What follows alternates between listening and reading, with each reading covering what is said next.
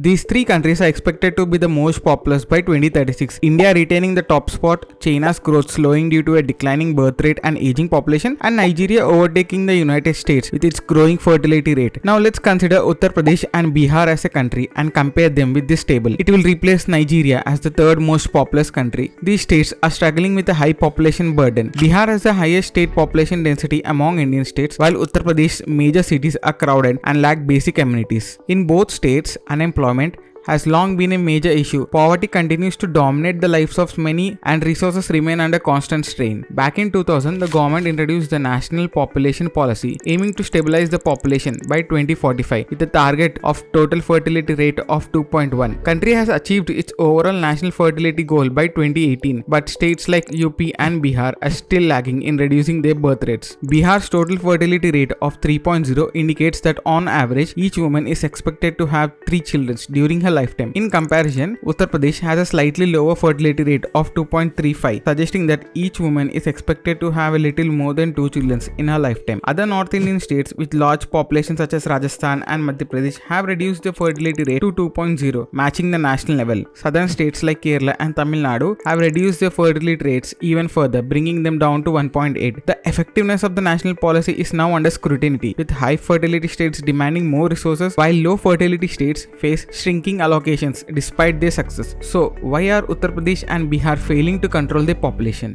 Human settlements in both states back to the Neolithical age, with skeletons and habitation sites dating back roughly 10,000 years. The Gupta Empire, often referred to as Golden Age of India, flourished in this region. In the 5th century BCE, Buddha attained enlightenment in Bodh Gaya, Bihar, and began teaching in Sarnath, Uttar Pradesh. The Mughal and Delhi Sultanates fought several battles to control this region. Both states are situated in the Ganga Basin, a region renowned for its rich alluvial soil and abundant water resources. Whole Ganga Basin region is considered one of the most fertile in the world, supporting multiple cropping seasons. This has helped sustain a huge population in the region throughout the history. According to the 1901 census, the combined population of Uttar Pradesh and Bihar was 7 crore out of India's total population of 29.4 crore. Then came the medical advancements of the 20th century, which further pushed population growth by lowering death rates. After independence, India was in a tough spot with a rapidly growing population and the urgent need to meet its food demand. Population projections at that time estimated that India would reach a population of 2 billion by the end of 20th century. As access to basic healthcare services and the use of antibacterial drugs increased, people began to live longer and healthier lives. Thus, higher birth rates and longer lifespans among the elderly became common. To control this growth, the Indian government introduced the Family Planning Program in 1952, becoming the first country in the world to do so. Government focused on improving healthcare facilities, educating women, running awareness campaigns, and promoting sterilization and contraceptive methods. By 2000, the program had reduced the average fertility rate from 5.7 in 1966 to 3.3. But some states performed very well while others failed to control their population. Uttar Pradesh population grew from 7 crores in 1961 to 16.6 crores in 2000, nearly doubling over the decades, while Bihar's population grew from 4.2 crores in 1961 to 8.3 crores in 2000. Back then, Jharkhand was part of the state. In 2000, Uttar Pradesh fertility rate was around 4.8 and Bihar's was around 4.3. This forced the government to reassess the family planning program to identify what's failing on the ground. To implement the program, the government developed a network of primary healthcare centers, sub-centers, family welfare centers, and post-mortem centers across both urban and rural areas. From these centers, health workers delivered contraceptives and pregnancy testing kits to people at their homes. In both Uttar Pradesh and Bihar, these centers often faced shortage of supplies as well as a lack of nurses and trained healthcare workers.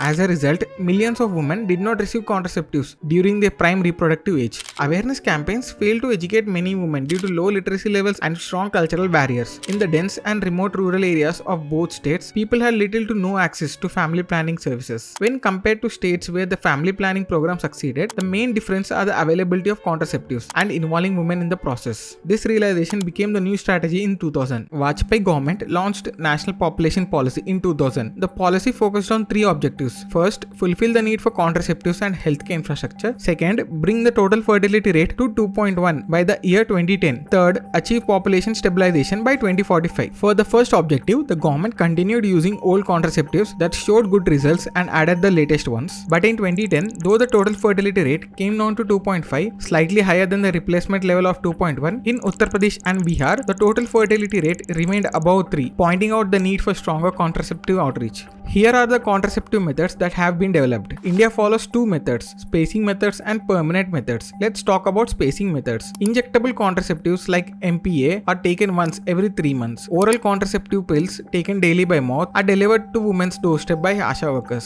Condoms are available for free at local government hospitals and are also delivered by ASHA workers. Intrauterine contraceptive devices (ICUDs) are inserted into the uterus by trained healthcare providers at government healthcare centers, are highly effective for long-term birth spacing. In permanent methods, sterilization is a primary focus. For female sterilization, two techniques are used: minilap and laparoscopic sterilization. Both procedures are performed only by trained doctors. For male sterilization, conventional and non-scalpel vacuostomy, both procedures are performed by trained MBBS doctors. All sub-center level healthcare centers are stocked with spacing methods such as ICUDs, oral contraceptive pills, condoms, and even emergency pregnancy kits. At primary health center level and above, permanent methods are carried out by trained professionals and doctors. However, even after all these efforts, it's women who must come forward to utilize them in male-dominated families.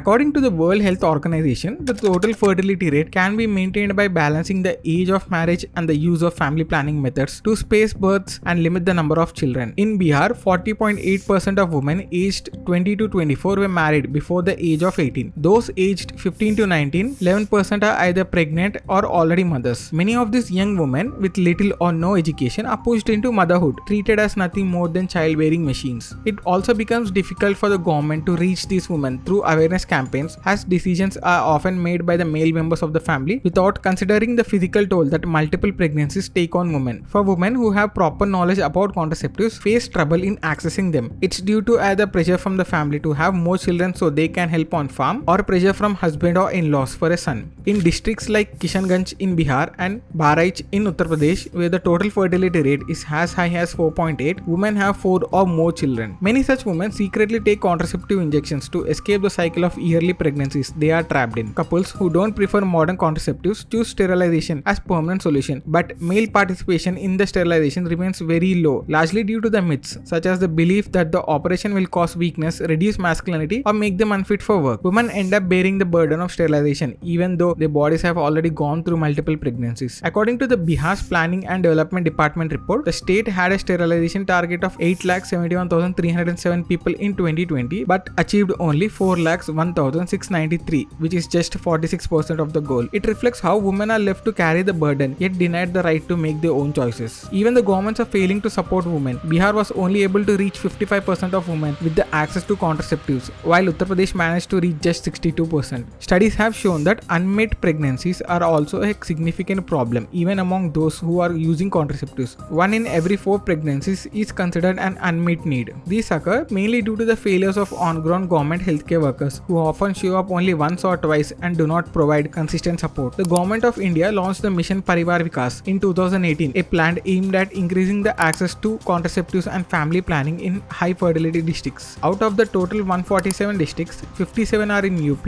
and 37 in Bihar. It is running media campaigns, introducing new contraceptive methods and offering cash benefits for sterilization. Both states have made some good progress with the increase in accessibility of contraceptives, yet it's a long way for both states to bring down the total fertility rate to the replacement rate of 2.1.